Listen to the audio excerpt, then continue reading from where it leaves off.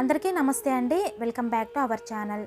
ఈరోజు వీడియోలో కుబేర కుంచము లేదా ధనలక్ష్మి కుంచము అక్షయ తృతీయ రోజు ఏ విధంగా పెట్టుకోవాలి, ఎలా పెట్టుకోవాలి, కుబేర కుంచము పెట్టుకుంటే ఎటువంటి నియమాలు పాటించాలి, కొత్తగా పెట్టుకునేవారు ఏ రోజు తెచ్చుకోవాలి, కుబేర కుంచంలో ఏమేమి వెయ్యాలి, మరలా దీన్ని ఎప్పుడు క్లీన్ చేయాలి అనే విషయాలన్నిటి గురించి కూడా ఈ వీడియోలో తెలియచేస్తానండి.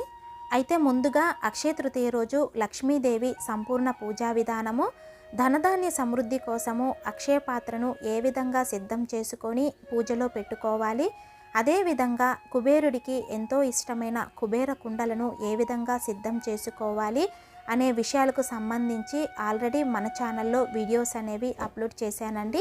వీడియో లింక్స్ అనేవి డిస్క్రిప్షన్లో ఇస్తాను.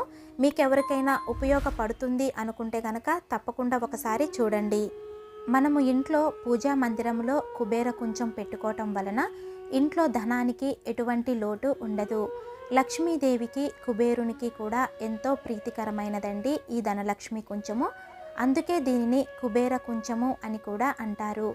ఈ కుబేర కుంచము అనేది ఎంతో పవిత్రమైనది కాబట్టి ప్రతి ఒక్కరూ కూడా ఈ కుబేర కుంచము పెట్టుకోవాలి. కుబేర కుంచము కొనుక్కునేవారు వెండి కానీ, రాగి కానీ, ఇత్తడి కానీ మీ శక్తిని బట్టి కొనుక్కోవచ్చండి. అదేవిధంగా సైజులలో కూడా చిన్నవి పెద్దవి ఉంటాయి. కావాల్సిన సైజులో తీసుకోవచ్చు. అయితే నేను రాగి లోహంతో చేసిన కుబేర కుంచం తీసుకున్నానండి. రాగి అనేది రాబడి కోరుతుంది అంటారండి. ఈ కుబేర కుంచం అనేది శంకుచక్ర నామాలతో ఉంటుంది.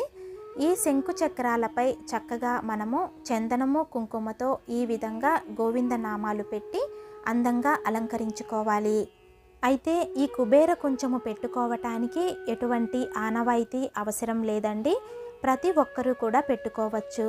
అలాగే కొత్తగా కుబేర కుంచం తెచ్చుకోవాలి అనుకునేవారు లక్ష్మీవారము కానీ, శుక్రవారము కానీ, అలాగే మంచి తిథి చూసుకొని తెచ్చుకోవాలి. ధనలక్ష్మి కుంచము ఇంటికి తెచ్చుకున్నాక చక్కగా ఆవు పాలతో, అలాగే మీ దగ్గర గంగాజలము ఉంటే గంగాజలంతో, పసుపు నీళ్ళతో శుభ్రంగా కడిగి క్లాత్తో మంచిగా తుడుచుకొని పూజలో పెట్టుకోవటానికి ఏర్పాటు చేసుకోవాలి. కుబేర కుంచాన్ని నేరుగా కింద అయితే పెట్టకూడదండి. తప్పనిసరిగా ఒక ప్లేటులో కానీ, ప్లేటు లేకపోతే ఏదైనా ఆకు మీద కాని పెట్టి పెట్టుకోవాలి.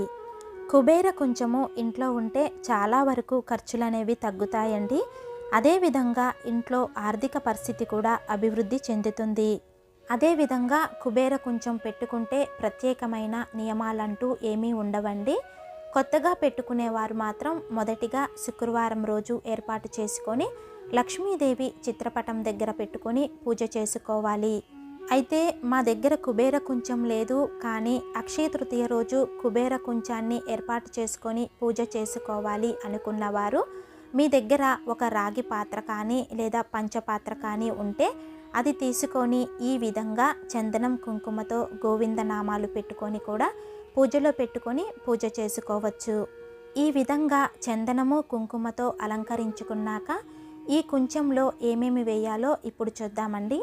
ఈ కుబేర కుంచంలో ముందుగా సగానికి పైన బియ్యం పోయాలి. ఆ తరువాత బియ్యంలో మన దగ్గర మన వీలును బట్టి మంగళకరమైన వస్తువులను వేసుకోవాలండి. ఇక్కడ నేను కాయిన్స్, అలాగే లక్ష్మీ గవ్వలు వేస్తున్నాను.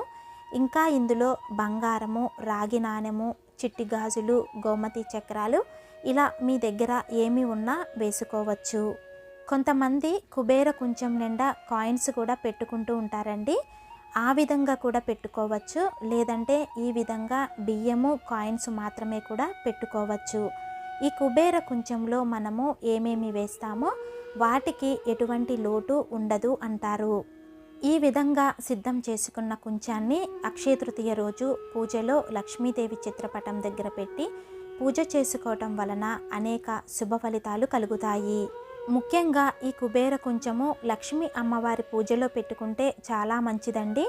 అదేవిధంగా ఈ కుబేర కుంచాన్ని ఎప్పుడు తీయాలి, ఎప్పుడు శుభ్రం చేసుకోవాలి అంటే కనుక మనము ప్రతి అమావాస్య పూర్తి అయ్యాక పూజా మందిరం శుభ్రం చేసుకుంటాం కదండి. ఆ సమయంలో ఈ ధనలక్ష్మి కుంచం కూడా తీసి శుభ్రం చేసి మళ్ళీ పూజలో పెట్టుకోవాలి. కుబేర కుంచాన్ని శుభ్రం చేసే సమయంలో కుంచంలో వేసిన బియ్యంతో ఏదైనా తీపి పదార్థం చేసుకోవాలండి.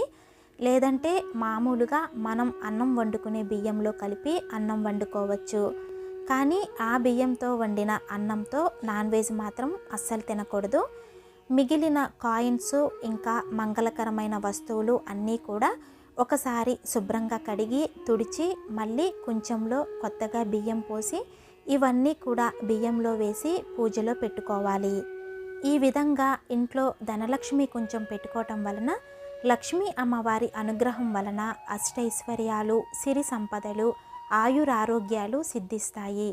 అయితే మనము ప్రతిరోజు నిత్య పూజ చేసుకునే సమయంలో కుబేర కుంచానికి ధూపం దీపం చూపించి నమస్కారం చేసుకోవాలి. అదేవిధంగా ప్రతిరోజు కుంచానికి ఒక పుష్పాన్ని పెట్టాలండి. మరుసటి రోజు ఆ పుష్పాన్ని మార్చి మళ్ళీ కొత్త పుష్పాన్ని సమర్పించాలి. కుబేర కుంచము ఇంట్లో పెట్టుకుంటే ఎటువంటి నియమాలు పాటించవలసిన అవసరం లేదండి. కానీ ఫలితం మాత్రం కొండంత ఉంటుంది. కాబట్టి మీరందరూ కూడా ఇంట్లో పూజా మందిరంలో కుబేర కుంచాన్ని ఏర్పాటు చేసుకొని ఆ లక్ష్మీ కుబేరుల అనుగ్రహాన్ని పొందాలని మనస్ఫూర్తిగా కోరుకుంటున్నాను. చూశారు కదండి, ధనలక్ష్మి కుంచాన్ని ఏ విధంగా సిద్ధం చేసుకొని అక్షయ తృతీయ రోజు లక్ష్మీదేవి పూజలో ఏ విధంగా పెట్టుకోవాలి అనే విషయాల గురించి ఈ వీడియో మీకు అర్థమైందనే అనుకుంటున్నానండి. వీడియోలో మీకు ఏమన్నా డౌట్స్ ఉంటే కనుక కింద కామెంట్ సెక్షన్ ద్వారా నాకు తెలియచేయండి. అదేవిధంగా వీడియో నచ్చితే కనుక తప్పకుండా లైక్ చేసి షేర్ చేయండి. ఇలాంటి మరిన్ని ఆధ్యాత్మిక వీడియోస్ కోసం మన ఛానల్ని సబ్స్క్రైబ్ చేసుకోండి. శ్రీమాత్రే నమః.